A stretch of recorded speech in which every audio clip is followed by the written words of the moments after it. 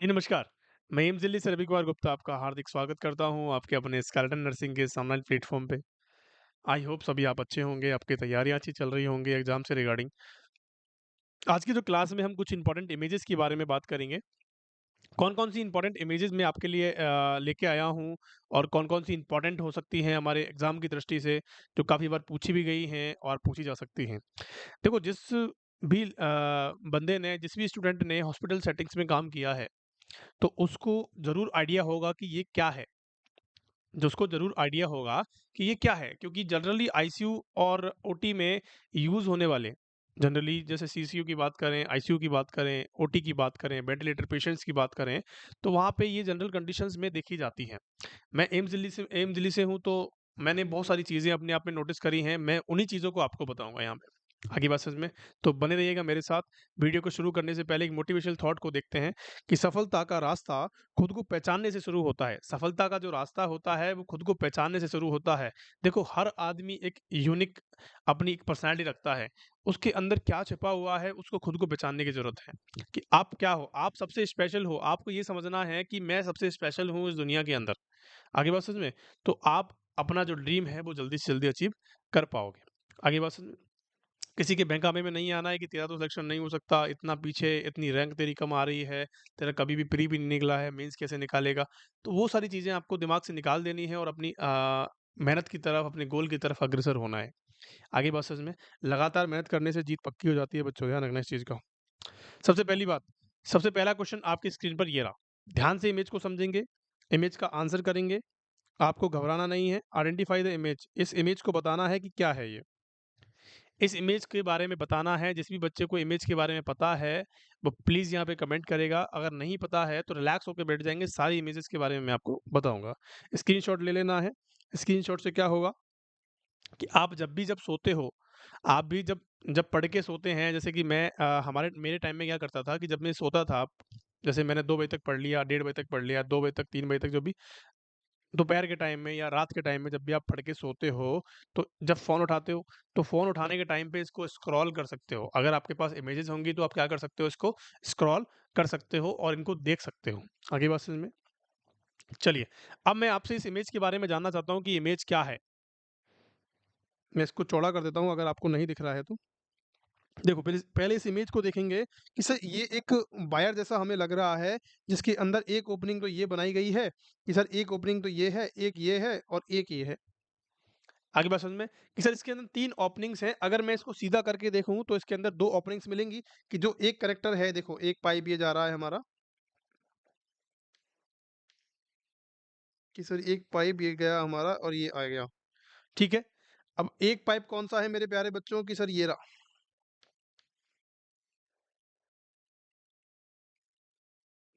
ध्यान से देखना है, जिस भी बच्चे ने हॉस्पिटल सेटिंग्स के अंदर काम करा है, उसको ज़रूर पता होगा इसके बारे में कि ये क्या है। अब देखो ऑप्शंस में क्या पूछा गया है कि सर वेंटिलेटर सर्किट होता है, वेन सर्किट होता है या फिर हम वेंटी वायर कहते हैं या पाइप कहते हैं इसको। एक प्लास्टिक का पाइप ज़रूर है, लेकिन इसको पाइप के नाम से तो बिल्कुल नहीं जानेंगे, क्योंकि एक मेडिकल टर्मिनोलॉजीज़ के अंदर इसको अलग नाम से जाना जाता है।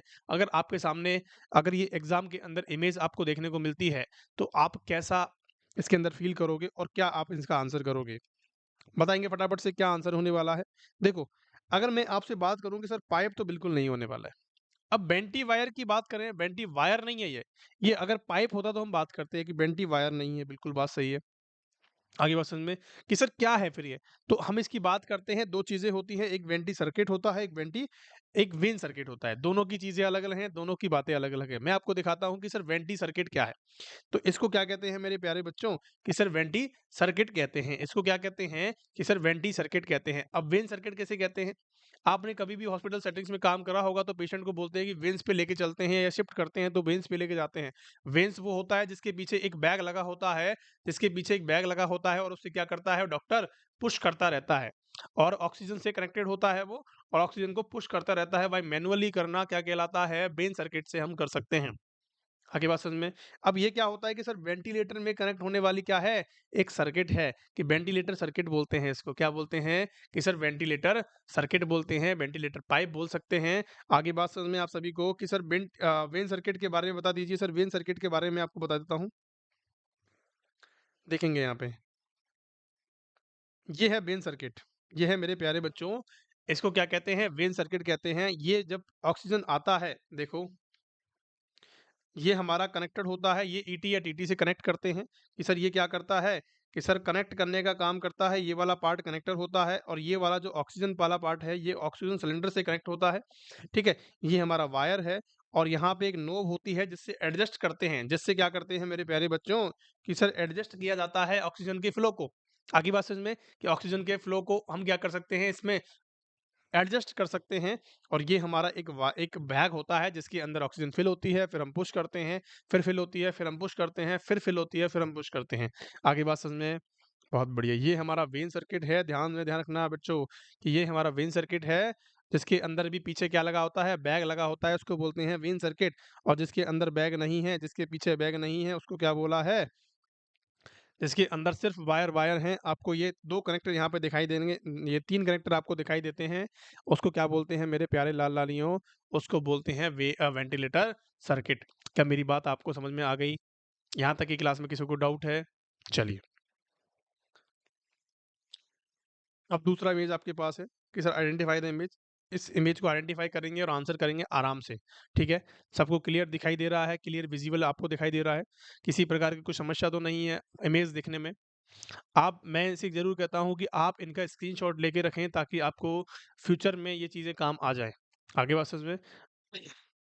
अगर आप स्क्रीनशॉट नहीं ले पाते हो या फिर नहीं आपको स्क्रीनशॉट पसंद अपनी मेमोरीज़ के अंदर तो इसको सेव कर लेना, कभी भी देखने के लिए काम में आता है, मल्टीपल टाइम रिवीज़न इसका करना। आगे बात समझ में? तो ये क्या है बच्चों? ये जनरली आईसीयूज़ के अंदर, एम्स दिल्ली के आईसीयूज़ के अंदर, ओटीज़ के अंदर यूज़ होने वाले इंस्ट्रूमेंट्स हैं बच्चों। इनके बारे में आपको पता होना चाहिए। 100% आपको इनके बारे में पता होना चाहिए। ऐसी बहुत सारी चीज़ें हैं जिनके बारे में आपको नहीं पता होगा। मैं आपके लिए इमेज सेशन लेके आऊँगा, वापस से लेके आएँगे। हम 3-4 इमेज सेशन करेंगे जिसके अंदर सारी इमेजेज़ को हम क्लियर कर देंगे। आगे बात समझ में? बताएँगे इसका क्या होने वाला है कि सर ये कैथेटर माउंट होता है, टी-पीस होता है, ऑक्सीजन पाइप होता है या ऑल होता है?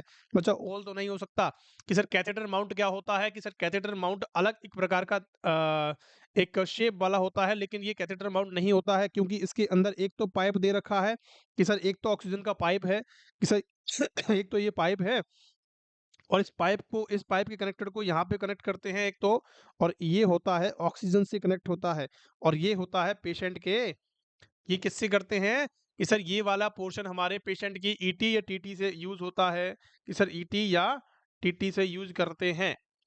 इस वाले पोर्शन को हम ईटी या टीटी से कनेक्ट करते हैं। इस वाले से हम क्या करते हैं, ऑक्सीजन जा रही है और ये हमारी जो ऑक्सीजन होती है इस पोर्ट से आती है।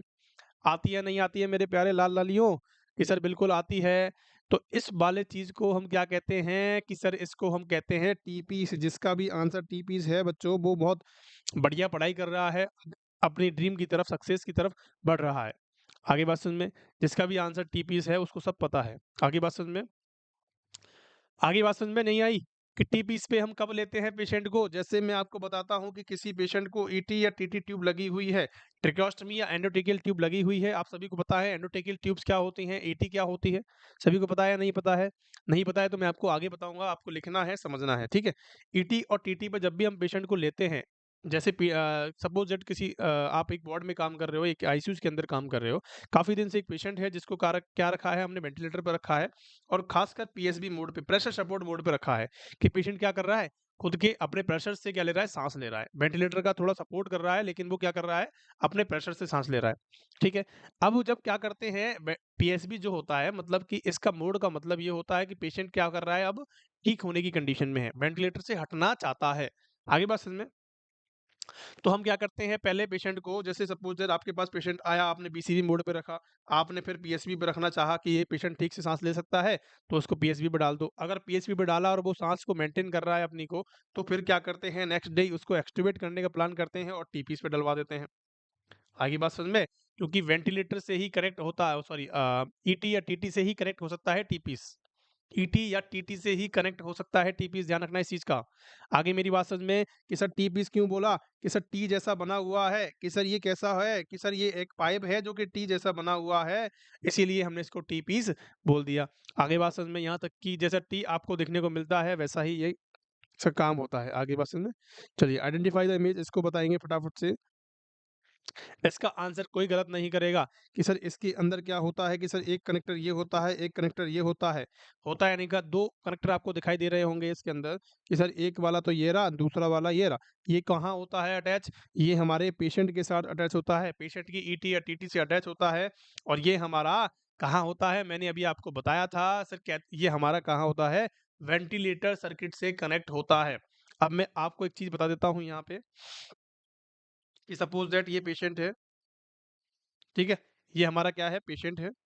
अब पेशेंट के मुंह में क्या लगी हुई है कि सर ओरो ट्यूब लगी हुई है, ईटी ट्यूब लगी हुई है। अब सबसे पहले जो कनेक्ट होता है ईटी या टीटी से वो हमारा होता है कैथेटर माउंट। वो होता है मेरे प्यारे बच्चों कि सर कैथेटर माउंट अटैच होता है कि सर क्या होता है कि सर कैथेटर माउंट अटैच होता है।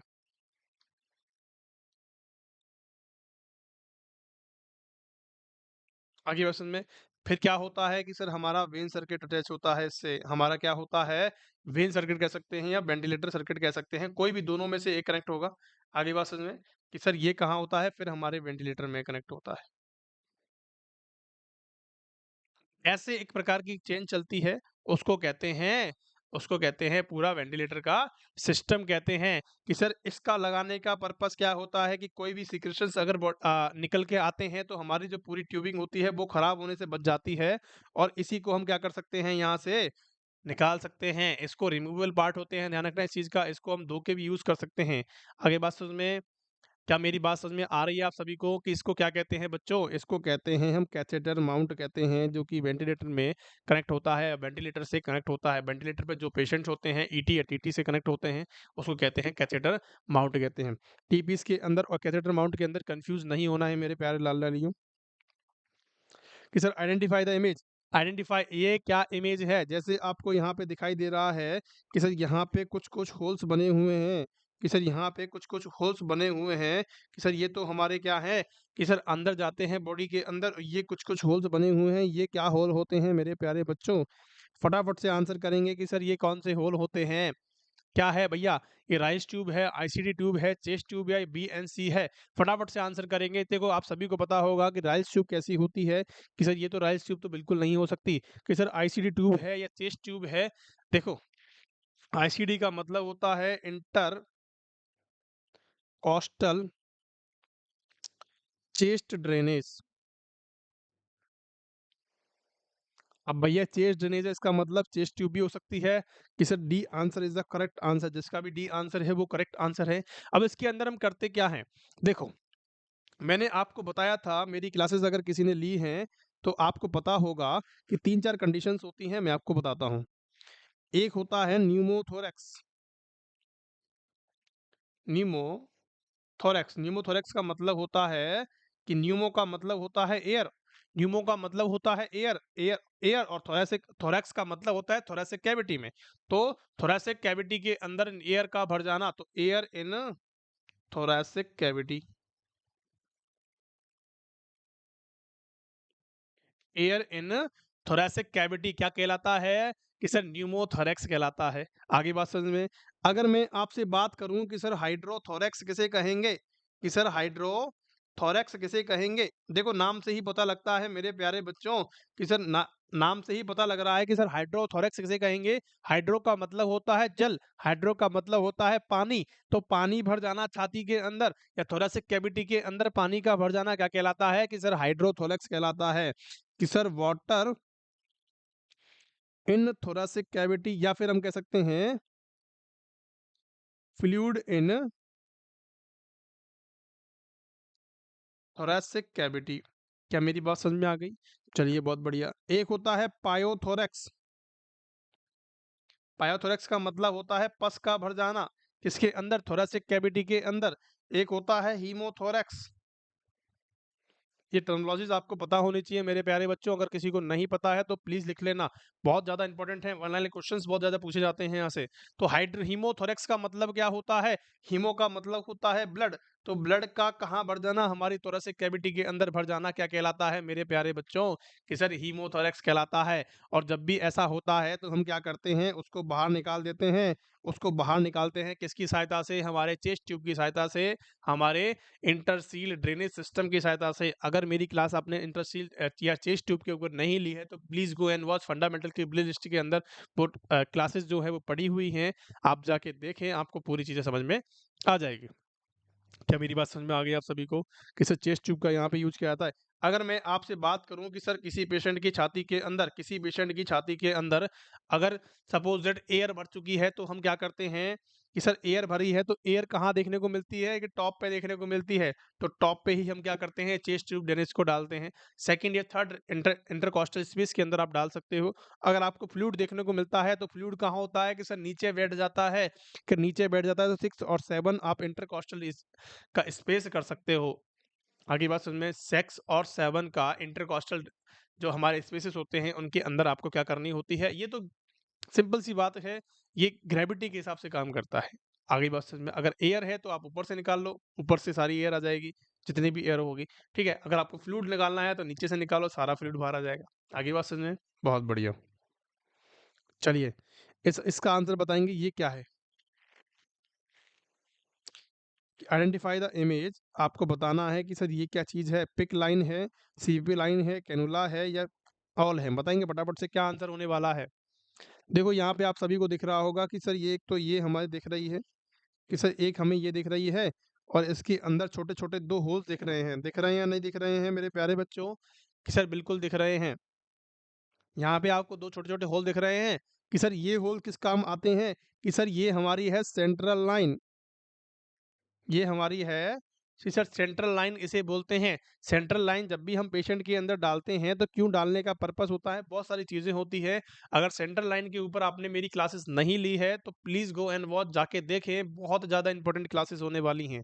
आगे बात समझ में, क्वेश्चंस भरपूर आते हैं, भर भर के आते हैं। ये कितने पोर्ट वाली है, कि सर 3 पोर्ट इसके अंदर हमें दिख रहे हैं, कि सर 3 पोर्ट इसके अंदर दिख रहे हैं, इसका मतलब ये 3 पोर्ट वाली सेंट्रल लाइन है। इसको बोलते हैं सीबीपी लाइन। क्या बोलते हैं मेरे प्यारे बच्चों, सीवीपी लाइन बोलते हैं। और जो मैंने आपको ये होल बताए थे छोटे छोटे, यहाँ से सुचरिंग की जाती है, इसको फिक्स किया जाता है। आगे बात समझ में, इन होल से अंदर हम क्या करते हैं, सूचर कर देते हैं ताकि ये फिक्स हो जाए। क्या मेरी बात समझ में आ गई आप सभी को, जी बिल्कुल आ गई। ये वाला जो पोर्शन है ये अंदर जाता है, और इसके अंदर क्या यूज करते हैं मुझे आप बताएंगे, कि कौन सी पोर्शन के अंदर सेंट्रल लाइन को इंसर्ट किया जाता है, बताएंगे बॉडी के। तो आपको कभी भी बता देना है कि सर लोअर 1/3 ऑफ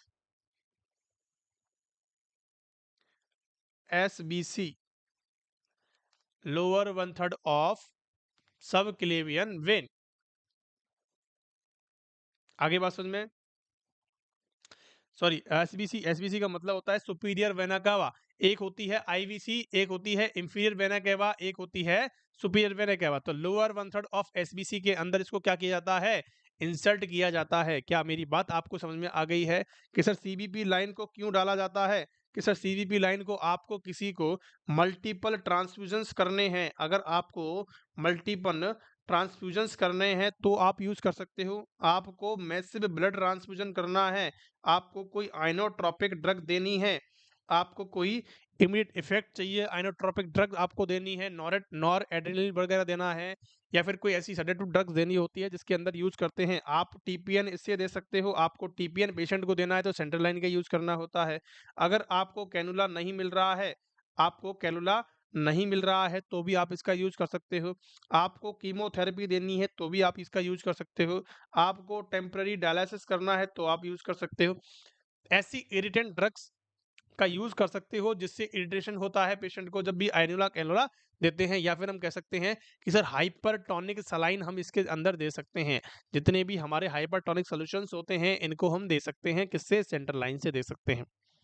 क्या मेरी बात आपको समझ में आ गई, कि सर मोस्ट कॉमन साइट कौन सी होती है, क्वेश्चन ऑफ द डे।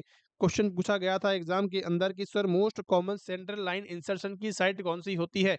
तो आपको बता देना है मेरे प्यारे बच्चों, कि सर राइट आईजेबी होती है। आईजेबी का मतलब क्या होता है, कि सर इंटरनल जुगुलार वेन।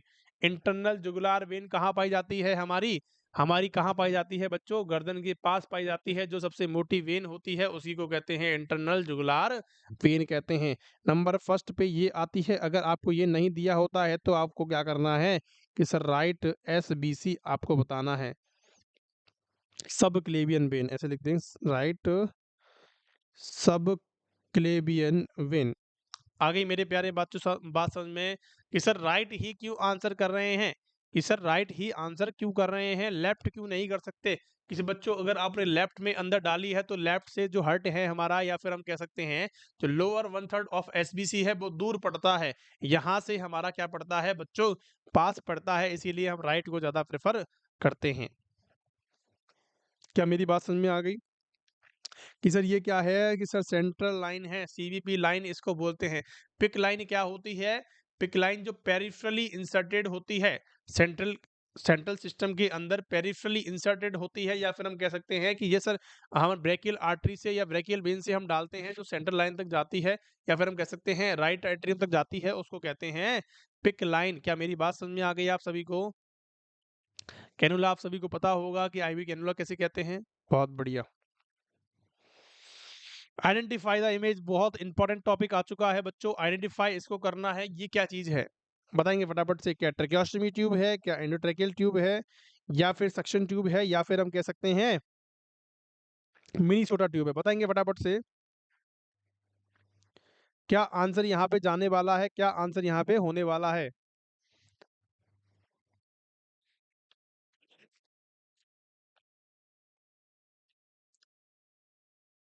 जल्दी से आंसर करेंगे कि देखो हमारे पास दो तरह की ट्यूब होती हैं। देखो ये तो है एंडोट्रेकियल ट्यूब, ठीक है। ट्रेकियोस्टोमी ट्यूब नहीं है, ट्रेकिया के अंदर नहीं जा रही है ये एंडोट्रेकियल, मतलब कि ट्रेकिया के अंदर डाल रहे हैं मुंह से। आगे बात समझ में। अब मैं आपको बताता हूँ, एक होती है नेजो एंडोट्रेकियल होती है, और एक होती है ओरो एंडोट्रेकियल। जो ओरल से डालते हैं उसको कहते हैं ओरो एंडोट्रेकियल ट्यूब, और जो नेजल से डालते हैं उसको कहते हैं नेजो एंडोट्रेकियल ट्यूब। ये लेस कॉमन होती है, लेकिन कैसी होती है? कंफर्टेबल होती है। आगे बात समझ में। लेस कॉमन होती है नेजो वाली, ये क्या होती है सर? मोस्ट कॉमन होती है। और क्या कर सकते हैं हम इसको कि सर कैसी होती है? ये अनकंफर्टेबल होती है, पेशेंट को बहुत ज़्यादा अनकंफर्ट होता है इंडोट्रेकियल ट्यूब से। क्या मेरी बात आपको समझ में आ गई है मेरे प्यारे लाल लालियों? चलिए अब मैं आपको कुछ इंपॉर्टेंट पॉइंट बता दूं, यहाँ पे आपको घबराना नहीं है। आपको सिंपल सिंपल भाषा के अंदर लिख लेना है। कुछ इंपॉर्टेंट पॉइंट्स मैं आपको बता रहा हूँ, यहाँ पे देखना है, समझना है, क्योंकि यहाँ से बाहर कोई भी क्वेश्चन नहीं जाएगा। मैं इसके पार्ट्स के बारे में भी आपसे बात करूंगा। देखो मैं इसके पार्ट्स के बारे में आपको बताता हूँ सबसे पहले।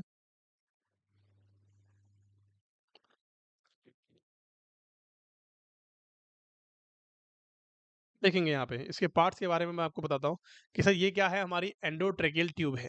अब एंडोट्रेकियल ट्यूब के अंदर कौन कौन से कैसे कैसे पार्ट्स बनते हैं उसके बारे में बात करते हैं। चलिए, ये हमारा कनेक्टर है।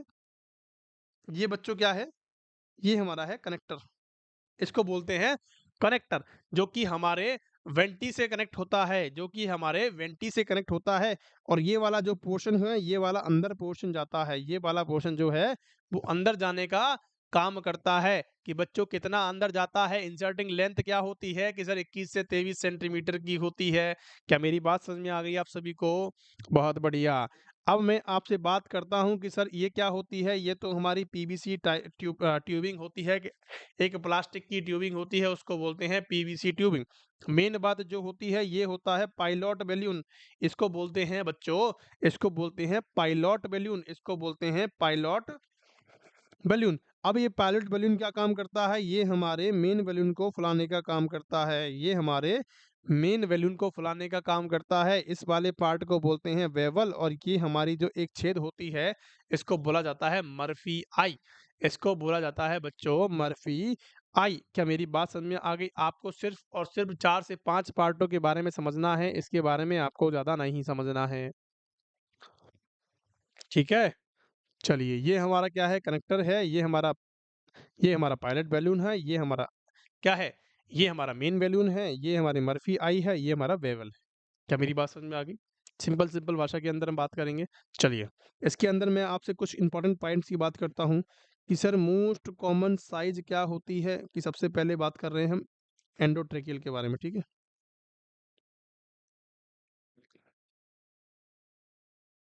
एंडोट्रेकियल ट्यूब के बारे में बात कर रहे हैं कि सर इसके अंदर मोस्ट कॉमन साइज क्या होती है कि सर 8 सेंटीमीटर होती है। कितनी होती है कि सर 8 होती है। 7.5 टू 8.5 इसकी जनरल कंडीशन होती है। एमएम के अंदर कितनी होती है कि सर एमएम के अंदर होती है, सेंटीमीटर के अंदर नहीं होती है। अब यहाँ पे जो साइज की बात करी गई है वो इंटरनल डायमीटर की बात करी गई है। कितनी बात करी गई है कि सर इंटरनल डायमीटर की यहाँ पे बात करी गई है। आगे बात समझ में कि सर अब इसके अंदर हम क्या करते हैं कि सर इसकी जो इंसर्टिंग लेंथ होती है कितना इंसर्ट करते हैं कि सर इंसर्टिंग लेंथ जो होती है वो 21 से 23 सेंटीमीटर होती है कि सर 21 के अंदर किसके अंदर यूज करते हैं कि सर फीमेल के अंदर यूज होती है 21 सेंटीमीटर। और मेल के अंदर कितनी होती है कि सर 23 सेंटीमीटर की यूज हो जाती है कि सर इसके अंदर पोजीशन कौन सी देते हैं कि सर इसके अंदर स्नीफिंग पोजीशन का यूज करते हैं। स्नीफिंग पोजीशन का यूज करते हैं। आप गूगल पे डाल के देखेंगे स्नीफिंग पोजीशन आपको कैसे देखने को मिलेगी। हमारे जो गर्दन होती है, ये हमारी जो गर्दन होती है इसके अंदर एक पिलो रखा जाता है और उसी को कहते हैं स्नीफिंग पोजीशन। आगे बात समझ में मेरे प्यारे बच्चों कि सर इसका जो कंफर्मेशन हम देखते हैं, आपने किसी पेशेंट को ट्यूब डाली है, कंफर्मेटिंग टेस्ट कैसे करेंगे कि सही जगह पे गई है, तो आपको चेस्ट एक्सरे करवाना है। आपको चेस्ट एक्सरे करवाना होता है। क्या मेरी बात आपको पहुंच गई है कि सर इसके अंदर जो इसका प्रेशर होता है, इसका जो प्रेशर होता है ईटी ट्यूब का, ईटी ट्यूब में जो कफ का प्रेशर होता है वो कैसा होता है, कितना होता है कि सर 20 से 30 cm H2O होता है कि सर ये बहुत ज़्यादा इंपॉर्टेंट होने वाला है क्योंकि ये बहुत बार एग्जाम के अंदर पूछा गया है कि सर 20 से 30 cm H2O होता है। और पेशेंट को मॉनिटर जो करते हैं वो कैसे करते हैं कि सर एनेरॉयड मॉनिटर से करते हैं कि सर एनेरॉयड मैनोमीटर से किया जाता है। एनेरॉयड मैनोमीटर से किया जाता है। क्या मेरी बात आप तक पहुंच गई है? बहुत बढ़िया। अगर मैं आपसे बात करूं कि सर इसके अंदर कैसे मेजर करते हैं कि सर मेजर किया जाता है every shift, major at every shift कि हर शिफ्ट में आपको, आप इवनिंग में आ रहे हो, आप नाइट में आ रहे हो, आप मॉर्निंग के अंदर आ रहे हो, आपको प्रेशर को चेक करना होता है। क्या मेरी बात समझ में आ गई आप सभी को कि सर इसका यूज जो करते हैं वो कितने दिन तक कर सकते हैं? लेस देन 2 वीक्स तक का यूज होता है। अगर आपको किसी पेशेंट को ईटी ट्यूब का यूज करना है, मतलब टेम्पररी यूज करना है कि ज़्यादा दिन पेशेंट ईटी पे नहीं रहेगा।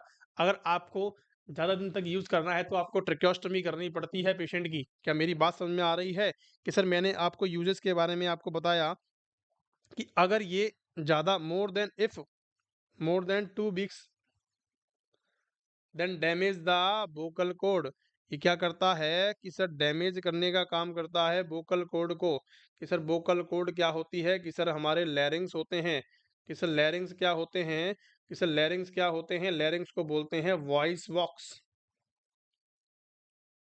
सर लैरिंग्स को क्या बोलते हैं कि सर वॉइस बॉक्स बोला जाता है। वॉइस बॉक्स का मतलब जिससे हम बोल रहे हैं, जिससे हमारी आवाज आ रही है, उसी को बोलते हैं वॉइस बॉक्स।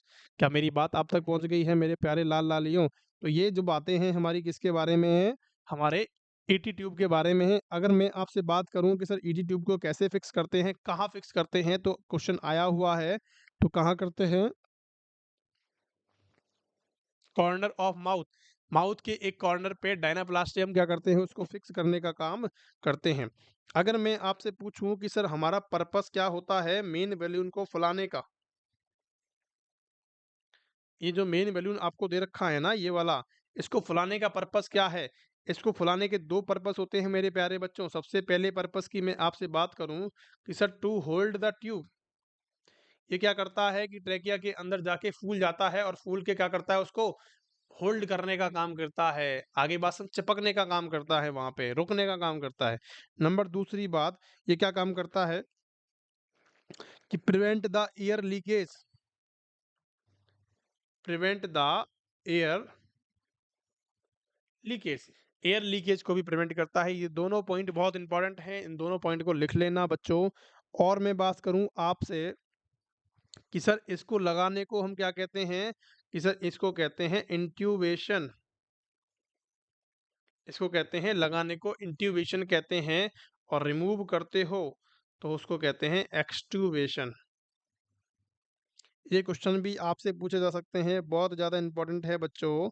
अगर आपसे पूछे कि सर इंट्यूबेशन का टाइमिंग क्या होना चाहिए, कि सर इंट्यूबेशन का टाइमिंग होता है 30 से 45 सेकंड का, कि आपका विद इन मिनट लास्ट होता है 1 मिनट के अंदर आपका पेशेंट जो है वो इंट्यूबेट हो जाना चाहिए, आपकी जो टीटी ट्यूब है वो लग जानी चाहिए। अगर इसमें नहीं लगती है तो पेशेंट कैसा चला जाएगा कि सर हाइपोक्सिया कर देगा, कि सर हाइपोक्सिया डीसैचुरेट पेशेंट आपका हो जाएगा, पेशेंट की जान आपकी जा सकती है। क्या मेरी बात समझ में आ गई? और जब भी हम एक्सट्यूबेट करते हैं तो 5 टू 6 सेकंड का टाइम लेते हैं, तुरंत डिफ्लेट करके तुरंत बाहर निकालना होता है पेशेंट की ट्यूब को। क्या मेरी बात आप तक पहुंच गई है मेरे प्यारे बच्चों?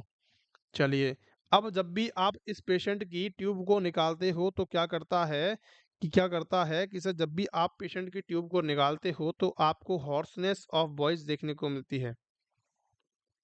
हॉर्सनेस ऑफ वॉइस एंड हम कह सकते हैं कि सोर थ्रॉट भी आपको देखने को मिलता है।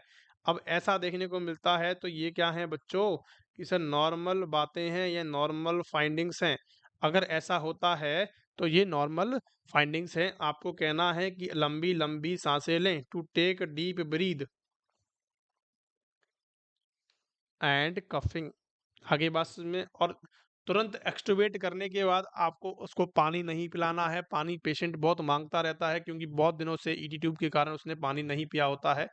इसीलिए क्या करते हैं बच्चों, उसको तुरंत पानी नहीं पिलाना होता है, थोड़ी देर रुक के पिलाना होता है, नहीं तो आपका पेशेंट जो है वो एस्पिरेट कर सकता है। क्या मेरी बात समझ में आ गई आप सभी को? तो यहाँ तक की जो बातें हैं वो एटीट्यूब के बारे में थी। जितने भी पॉइंट्स मैंने आपको लिखाए हैं बच्चों बहुत ज़्यादा इंपॉर्टेंट हैं। अगर आपको फुल डिटेल में लेक्चर लेना है तो प्लीज़ मेरे वीडियोस को आप देखें, वहाँ पे पूरी चीज़ें आपको मैंने क्लियर करवा रखी हैं। आगे बात समझ में? बहुत बढ़िया। चलेंगे अगले क्वेश्चन की तरफ चलते हैं कि आइडेंटिफाई द इमेज। इमेज को आइडेंटिफाई करेंगे, बताएंगे फटाफट से क्या आंसर होने वाला है। ये बहुत छोटी ट्यूब होती है, ये बहुत छोटी ट्यूब होती है। इसके अंदर एक क्या मिलता है, पैड मिलता है, या फिर हम कह सकते हैं फ्लेंज मिलता है। इसको बोलते हैं मेरे प्यारे लाल लालियों ट्रेकियोस्टमी ट्यूब। इसको बोलते हैं ट्रिकोस्टमी ट्यूब। ये हमारा जो फीता है इसको बोलते हैं कॉटन विल टैप। इसको बोलते हैं कॉटन विल टैप। ये कौन से पेशेंट के अंदर यूज करते हैं कि सर अनकोऑपरेटिव पेशेंट्स के अंदर यूज करते हैं। देखो, मैं अगर आपसे ईटी ट्यूब के फंक्शंस की बात करूं या फिर इसके हम बात करें, इसके डायग्राम के बारे में बात करें तो देखते हैं क्या क्या चीज़ें होती हैं। देखो, ये तो एक प्लास्टिक की चीज़ें बनी हुई होती हैं। ये क्या होता है बच्चों, ये हमारे प्लास्टिक का बना हुआ होता है। अब इसके अंदर क्या होता है कि सर इसके अंदर साइज की मार्किंग होती है और इसको बोलते हैं फ्लैंज। इसको बोलते हैं फ्लैंज। ये जो आपको होल दिखाई दे रहे हैं, इसके अंदर स्टेप को बांधा जाता है और दूसरी तरफ स्टेप को बांधा जाता है। दोनों को बांध के गले के पीछे हम बांध देते हैं। आगे बात सुन में बहुत बढ़िया। ये हमारा होता है लॉकेबल ऑक्सीडेटर। ये लॉक होने का काम करता है। ये क्या करता है, ये वाला तो इंसर्ट हो जाता है अंदर।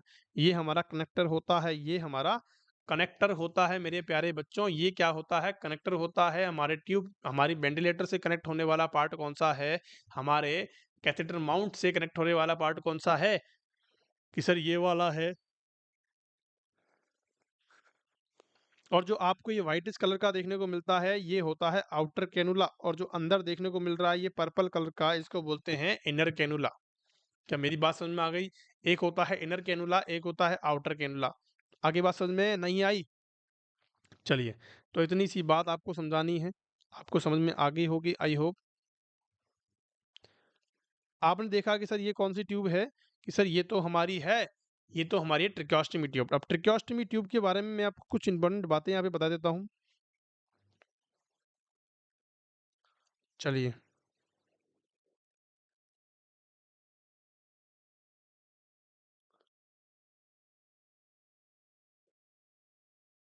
यहाँ पे कुछ इंपॉर्टेंट बातें लिखेंगे ट्रिकोस्टमी ट्यूब के बारे में। देखो,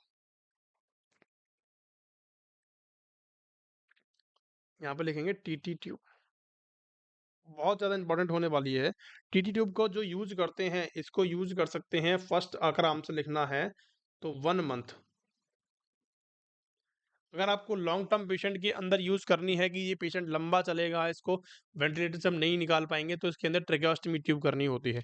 नंबर दूसरी बात करता हूँ तो 2 मंथ के लिए यूज हो सकती है, ध्यान रखना, maximum 2 months and minimum 1 month. आगे बात समझ में?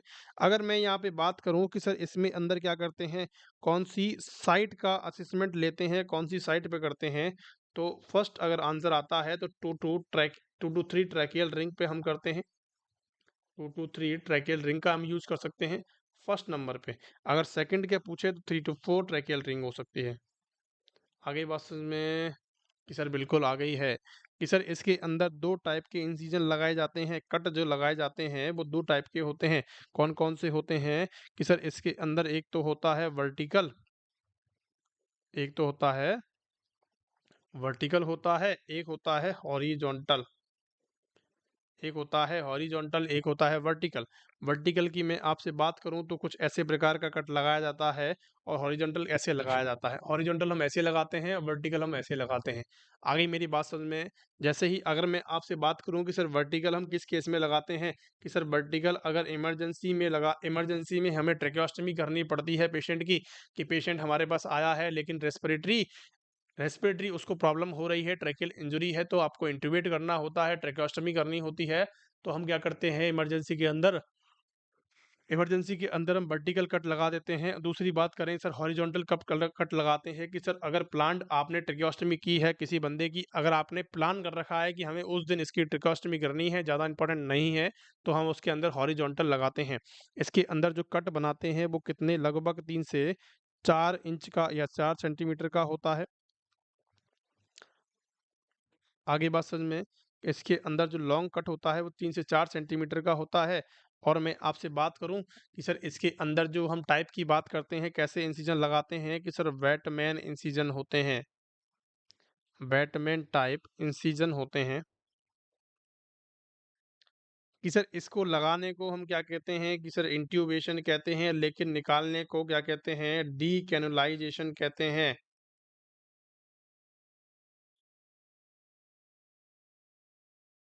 जितनी भी बातें मैं आपको बोल रहा हूँ, समझा रहा हूँ, वो सारी इंपॉर्टेंट बातें हैं। इस पे क्वेश्चन पूछा गया है कि सर टीटी को निकालने को क्या कहते हैं? टीटी को निकालने को हम डीकोलाइजेशन कहते हैं। लेकिन जब भी हम एंडोट्रेकियल ट्यूब को निकालते हैं तो उसको क्या कह रहे थे हम प्यारे बच्चों, कि सर उसको हम कह रहे थे एक्सट्यूबेशन।